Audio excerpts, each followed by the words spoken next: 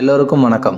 நம்ம கம்பெனியோட new project launch பண்ணி புக்கிங் ஸ்டார்ட் பண்ணியிருக்கோம். Project name grand Kaveri.